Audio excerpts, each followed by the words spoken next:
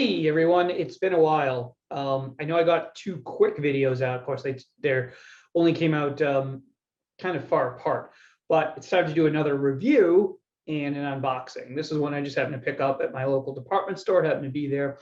Years ago, I did a starter set for Dungeons and Dragons, and I happened to see that they have yet another Dungeons and Dragons set. So let's check it out. It was on sale, so why not?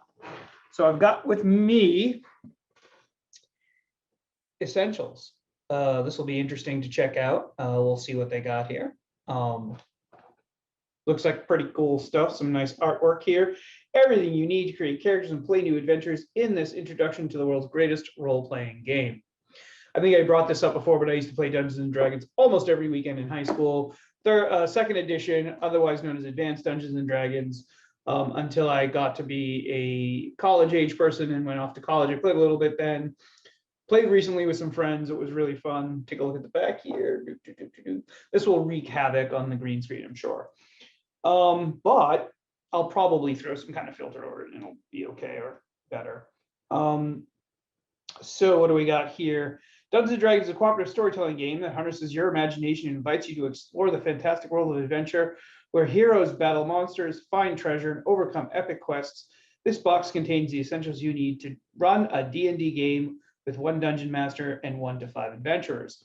This set includes a 64-page rule book that teaches you how to create characters of levels 1 through 6 to play the game. I noticed like 64-page rule books are like a thing. Like, is it like cheaper to do like a 64 pages because it's like 8 times 8? I don't know. Dragons of Icefire Peak and Introductory Adventure double-sided poster map. It's a poster and a map, so you can put it on your wall or you can follow it to adventure. That's the whole point of it being a poster map. Dungeon Master screen, which is why I bought this.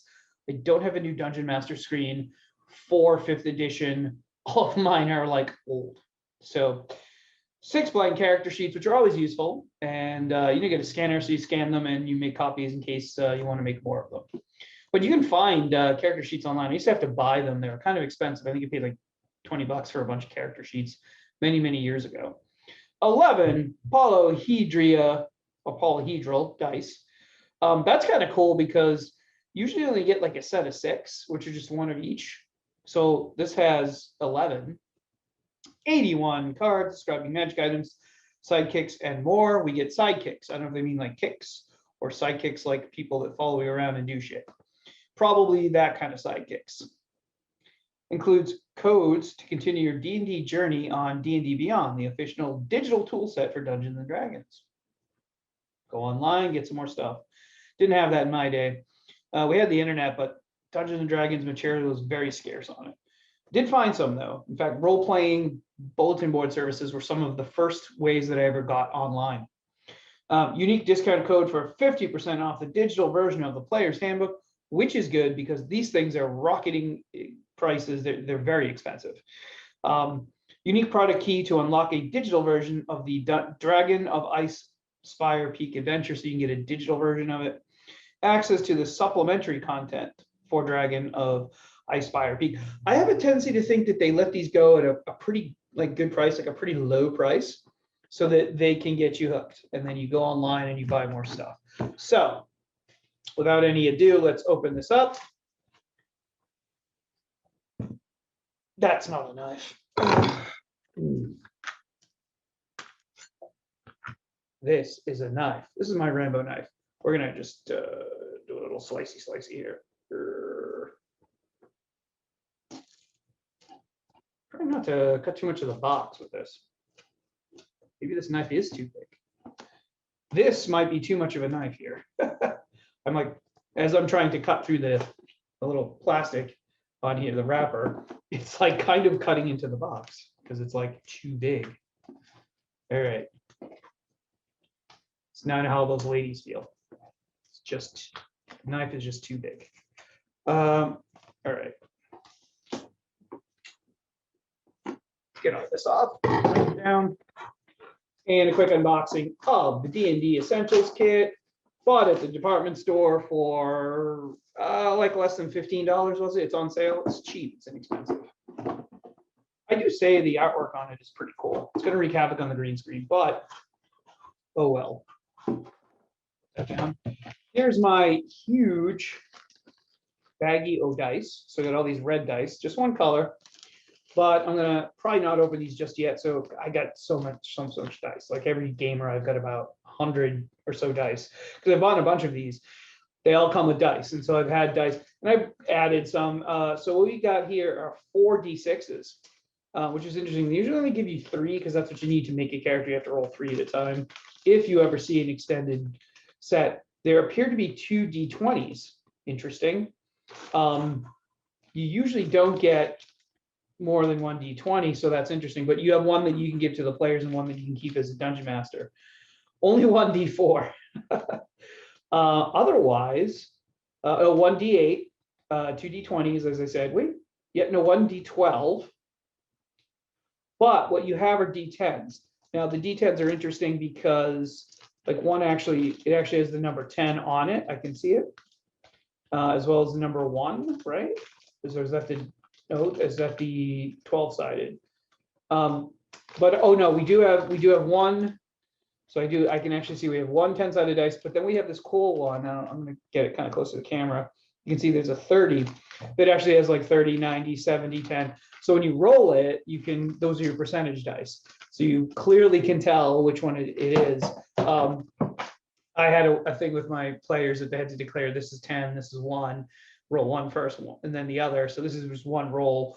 Or like a weird way where, like, if I was feeling generous, I'd be like, okay, you can roll that and pick which one you want to be which percentage, which gives a huge advantage. Here's a little book. This will be cool to go through. We get some were-rat, some manticores, giant spider, hunter shark, someone named Don John Raskin. It's pretty cool. Looks like you kick some ass there. We got a giant crab, a ghoul. So this is probably all the people in it. The banshee. I'm going from the back, like not looking at from the front. Stone Cold Reavers. Got some cool looking maps in here, some cool stuff. So this looks like your typical adventure of you going into a town, and I got some farmhouses here. I got the Butter Skull Ranch. And it looks like the culmination is to go after some kind of white dragon, obviously an ice dragon. And maybe by level 6, your characters are capable of doing it. Ooh, we got this big old map here. I shouldn't have done that because it's all green. Neverwinter Woods, anyone who remembers Neverwinter Nights and the Sword Coast and all that stuff, this is all taking place in that fun realm. I got a box. This is an Essentials box kit. I'm going to guess and say this is either for your cards, but it wouldn't be bad to hold your dice. Oh, here's the cards. Okay, so there's cards down here. We'll take a look. We keep pulling this stuff out. Cards. They say stuff like quest, magic item, potion of greater healing. So maybe this is more like, instead of randomly rolling on charts, you're basically pulling out cards. This is interesting. We have like grappled, incapacitated, frightened, charmed. So what is that? So we've got all these different cards that I guess you would make into a card deck and put into your cute little box. Essentials kit rule book. Guessing this is similar to a Dungeons and Dragons player's handbook. Suggested characterization. Oh, even things like personality traits. I know a story relevant to almost every situation. Flaw. I'll do anything to win fame and renown. So obviously, I have that one. Bard, class features, human. So this is a standard player's handbook type of thing. Ooh, here we go. Here's my Dungeon Master screen that I was asking for. So this is what I kind of thought this would be cool to get, because I haven't had one of these for a while. This is so you can roll dice and no one's going to see what your numbers are, and you can keep all kinds of secrets and papers in front of you, and the Dungeon Master keeps his little secrets. And then on the inside, which if we flip it around, we have all these charts. And these charts are like things like what certain food and drink and lodging would cost, what services would cost. We have things like how you would do a long jump or a high jump. Actions in combat, like casting a spell and attacking and dashing. Obscured areas, not obscure, obscured areas, something slightly different. And just kind of some interesting things that if you needed these things, what you could just kind of quickly look at them. Like, here's a light source. A candle only gives 5 feet, and then plus another 5 feet of dim light. It only lasts an hour, but then a lamp is 15 feet and has dim light for 30 feet and lasts 6 hours. So you have all these different stats that you can kind of take a look at. I see the character sheets. Here we go. These are pretty blank ones. Not really like too detailed. I've seen more detailed ones, but these are not bad. I mean, you can any kind of real character sheet. Oh, here we go. Here's a more details on the other side that will show things like armor class, etc., wisdom, charisma, and then we have, looks like, your way to go online to D&D Beyond and get more stuff. Here's the Sword Coast map. This will wreak havoc, but we'll show some of it anyways, a little bit if we can. And that's it. That is what we have here for Dungeons and Dragons Essentials. It's got some cool stuff like this card deck might be kind of cool to fool around with. Gives you lots of dice, which is nice. Can't say that that's not good. And overall, it looks like it'd be a fun little game to try to play. And we'll probably give it a whirl at some point. I'll get the boys together somewhere, and we might play that introductory game, because this one is for 2 to 6 players. You imagine you can maybe start at a second level after you've done the first adventure. This comes out next. All right, that's it. Let's get playing some role-playing games. We're still in quarantine up here in Massachusetts, less so, but no, we still haven't really opened up the entire economy yet. All right, like and subscribe if you want. I mean, hopefully we'll be getting some events up soon, because hopefully stuff will open up eventually. We have to move to Florida. That's the only place that's open. Texas, I guess, too. All right, till next time.